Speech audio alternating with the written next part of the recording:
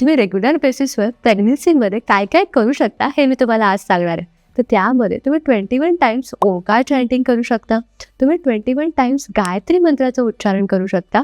त्याचबरोबर रेग्युलर बेसिसवर बोललेली रामरक्षा, हनुमान चालीसा सुद्धा आपल्याला एक बळ देते.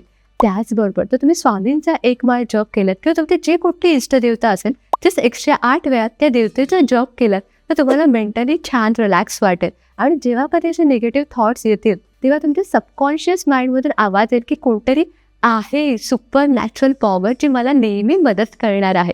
आणि तुमचा एकेकीपणा सुद्धा कमी होऊ शकतो. आणि ह्या सगळ्या प्रॉब्लेमसोबत डील करण्यासाठी सगळ्यात बेस्ट सोल्युशन म्हणजे आपला योगाभ्यास. तर तुम्हाला माझ्यासोबत प्रेग्नन्सी योगा क्लासचा फ्री डेमो क्लास अटेंड करायचा असेल तर आत्ता कमेंट बॉक्समध्ये फ्री डेमो फॉर प्रेग्नन्सी असं मेन्शन करा. तुम्हाला आमच्याकडनं लिंक मिळून जाईल.